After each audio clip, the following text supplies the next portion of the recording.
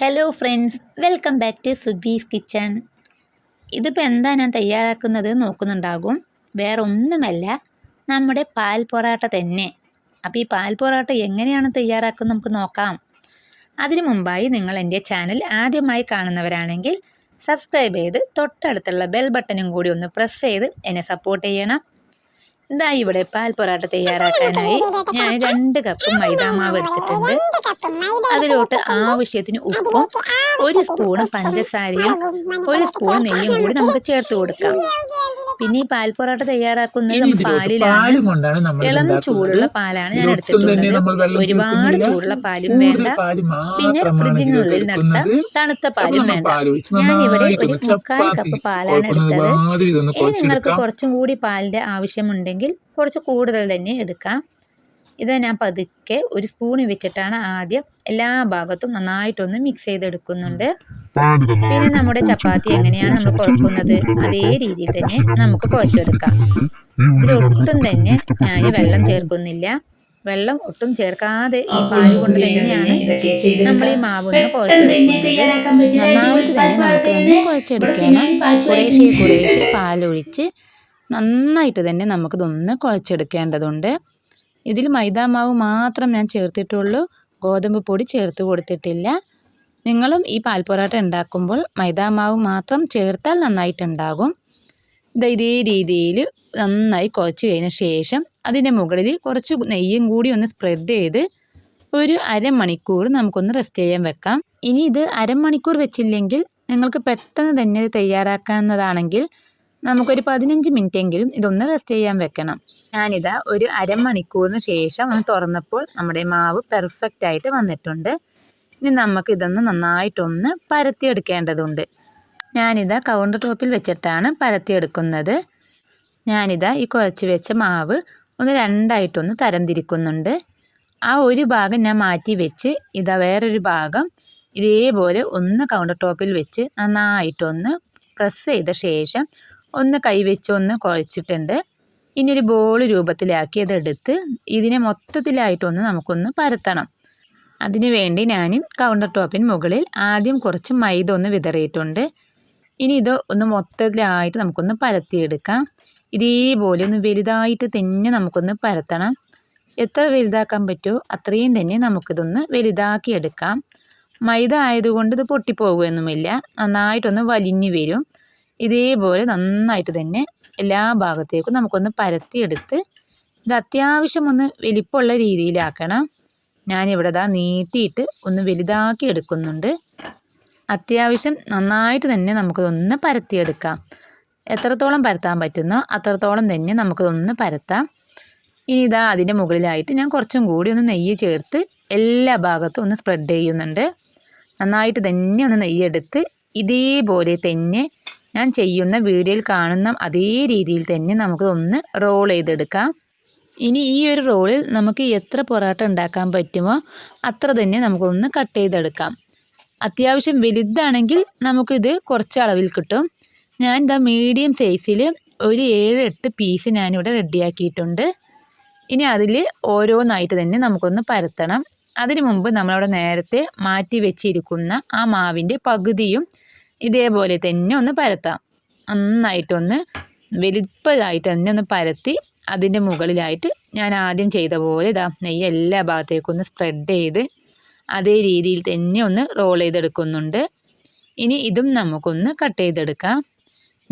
വീണ്ടും അതേ രീതിയിൽ തന്നെ ഒന്ന് കട്ട് ചെയ്യുന്നുണ്ട്. ഞാൻ ഒരുപാട് വലിയ പൊറാട്ടയല്ല എങ്കിൽ ഒരുപാട് ചെറിയ പൊറാട്ടയുമല്ല തയ്യാറാക്കുന്നത്. നിങ്ങൾ വലിയ പൊറാട്ടയൊക്കെ ആണെങ്കിൽ കുറച്ച് വലിയ പീസ് തന്നെ എടുക്കാം.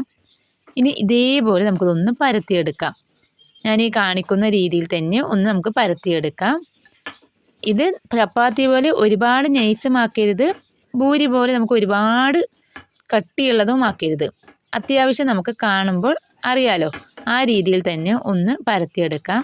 റൗണ്ട് ഷേപ്പിലല്ല ഞാൻ പരത്തുന്നത്, ഒരു സ്ക്വയർ ഷേപ്പിലാണ് ഇതൊന്ന് പരത്തിയെടുക്കുന്നത്. ഈ പൊറാട്ടയുടെ ഷേപ്പ് തന്നെ ഒരു സ്ക്വയർ ഷേപ്പാണ്. നമുക്ക് വേണമെങ്കിൽ നമുക്കൊന്ന് റൗണ്ടും കൂടി ആക്കാം. പക്ഷേ ഇതിൻ്റെ ഷേപ്പ് കറക്റ്റായി പറഞ്ഞാൽ ഒരു സ്ക്വയർ ഷേപ്പുള്ള പൊറാട്ട തന്നെയാണ്. നമുക്ക് മാറ്റി വെച്ച ഓരോ പൊറോട്ടയും ഇതേപോലെ തന്നെ ഒന്ന് പരത്തിയെടുക്കാം. നന്നായിട്ട് പൊടിയുടെ ആവശ്യമുണ്ടെങ്കിൽ നമുക്ക് കുറച്ച് പൊടി മുകളിലോട്ട് വിതറി ഇതേപോലെ തന്നെ ഒന്ന് പരത്താം. ഒരുപാട് ചെറിയ പൊറോട്ടയല്ല, അത്യാവശ്യം വലിപ്പമുണ്ട്. ഇതിലും വലിപ്പമാണെങ്കിൽ നിങ്ങൾക്ക് വലിയ ഉരുളകളാക്കി എടുക്കാം. ഇനി ഞാനൊന്ന് റൗണ്ട് ഷേപ്പിലും കൂടി ഒന്ന് പരത്തി കാണിക്കാം. ഇതിപ്പോൾ ഞാൻ റൗണ്ട് ഷേപ്പിലാണ് പരത്തുന്നത്. ഇതേപോലെ അതിൻ്റെ ഉള്ളിലൊക്കെ ഒന്ന് പൂ പോലെ തന്നെ ഉണ്ടാകും. പരത്തുമ്പോൾ നമുക്ക് ആ പൂ പോലുള്ള ഷേപ്പ് ഒന്ന് പോയി കിട്ടുന്നേ ഉള്ളൂ. പക്ഷെ നമ്മളിതൊന്ന് കുക്ക് ചെയ്ത് വരുമ്പോൾ ശരിക്കും ഒന്ന് ആ പൊറാട്ട പോലെ തന്നെ ഉണ്ടാവും. ഇത് ഞാനിപ്പോൾ ഒന്ന് റൗണ്ട് ഷേപ്പിലാണ് ഒന്ന് പരത്തി കാണിക്കുന്നത്. പക്ഷേ റൗണ്ട് ഷേപ്പിനേക്കാളും കാണാൻ നമുക്കൊരു ഭംഗി ആ സ്ക്വയർ ഷേപ്പ് തന്നെയാണ്. ചപ്പാത്തി ആകുമ്പോൾ നമുക്ക് റൗണ്ട് ഷേപ്പ് വേണം. ഞാൻ ഇടയിൽ കൂടെ ഇതിൻ്റെ മുകളിലൊക്കെ ഒന്ന് കുറച്ചും കൂടി ഒന്ന് നെയ്യ് സ്പ്രെഡ് ചെയ്യുന്നുണ്ട്. ഇതിൽ കൂടുതൽ നെയ്യ് ചേർത്താൽ അത്രയും ടേസ്റ്റ് ഉണ്ടാകും. ഇതിൽ കുറച്ച് നെയ്യ് തന്നെയാണ് ആവശ്യം. ഈ നെയ്യ് നിങ്ങളുടെ കയ്യിലില്ലെങ്കിൽ നിങ്ങൾക്ക് ഓയിൽ എടുക്കാം. പിന്നെ നിങ്ങൾക്ക് നെയ്യ് ഇഷ്ടമില്ലാത്തവരും ഉണ്ടാകും, അവർക്കൊക്കെ ഓയിൽ നമുക്കൊന്ന് സ്പ്രെഡ് ചെയ്ത് കൊടുക്കാം. ഇതിപ്പോൾ അതൊന്ന് റൗണ്ട് ഷേപ്പിൽ തന്നെ ഒന്ന് പരത്തിയിട്ടുണ്ട്. നന്നായിട്ട് ഒന്ന് റൗണ്ടാക്കി എടുക്കുന്നുണ്ട്. കണ്ടില്ലേ, ഇതേപോലെ ഒന്ന് റൗണ്ട് ഷേപ്പാക്കി. ഇനി ഇതെല്ലാം നമുക്കൊന്ന് കുക്ക് ചെയ്യണം. അതിനായി ഞാനിവിടെ ഒരു പാന് വെച്ച്, പാന് നന്നായിട്ടൊന്ന് ചൂടായി വരുമ്പോൾ നമുക്ക് ഈ പരത്തിയത് അതിന് മുകളിലേക്ക് ഇട്ട് കൊടുക്കാം. ഒരുപാട് ഹൈ ഫ്ലെയിമിൽ വെച്ചത് ചുട്ടെടുക്കരുത്. ഇതൊന്ന് ലോ ഫ്ലെയിമിൽ വെച്ച് തന്നെ നമുക്കൊന്ന് ചുട്ടെടുക്കണം. നന്നായിട്ട് പൊങ്ങി വരേണ്ടതുണ്ട്. നന്നായിട്ടൊന്ന് പൊങ്ങി വരുമ്പോൾ അതിൻ്റെ മുകളിൽ ഇടയ്ക്കിടയ്ക്ക് ഇതേപോലെ ഒന്ന് നെയ്യ് സ്പ്രെഡ് ചെയ്ത് കൊടുക്കാം. അത്യാവശ്യം നന്നായിട്ട് തന്നെ ഒന്ന് കുക്കാകേണ്ടതുണ്ട്. അതുകൊണ്ട് ലോ ഫ്ലെയിമിൽ വെച്ച് തന്നെ നമുക്കിത് ഓരോന്നും കുക്ക് ചെയ്തെടുക്കണം.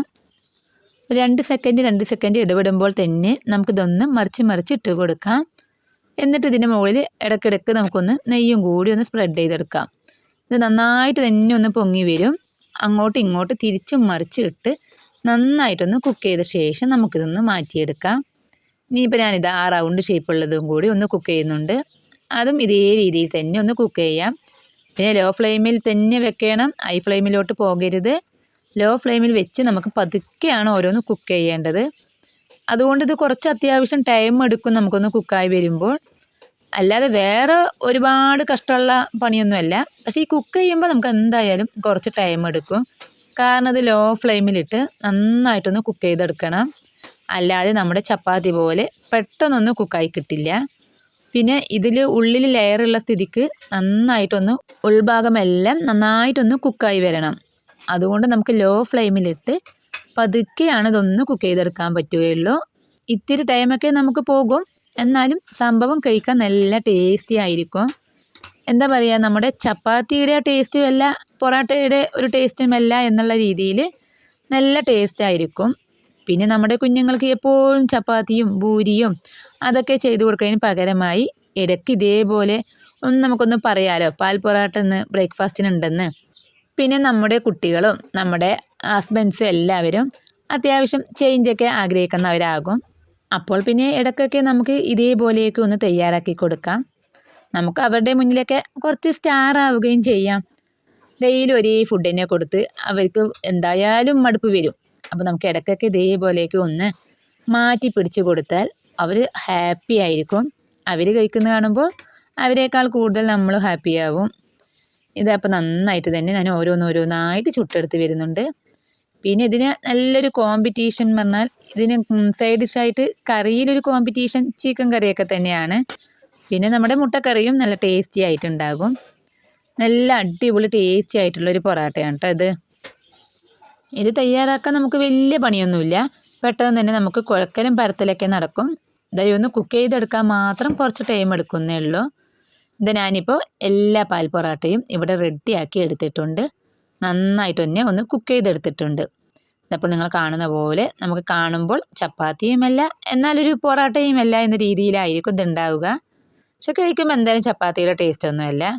ഇതാ നമുക്ക് 4 തല്ലൊക്കെ തല്ലിയാൽ ഇതൊന്ന് ആ പൊറോട്ട പോലെ ഒന്ന് ലെയറൊക്കെ കിട്ടും. ഞാൻ പിന്നെ തല്ലാനിടിക്കാനൊന്നും നിന്നില്ല.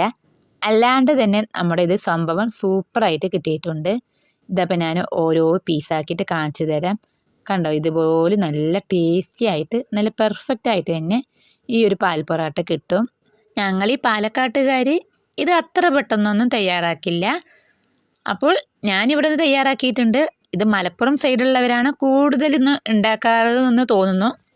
വീഡിയോ ഇഷ്ടമായാൽ തീർച്ചയായും ലൈക്ക് ചെയ്യാനും ഷെയർ ചെയ്യാനും കമൻറ്റ് ചെയ്യാനും മറന്നേക്കരുത്. പിന്നെ ഈ റെസിപ്പി ഇഷ്ടമായാൽ നിങ്ങൾ അതും കൂടി ഒന്ന് ട്രൈ ചെയ്ത് നോക്കണം.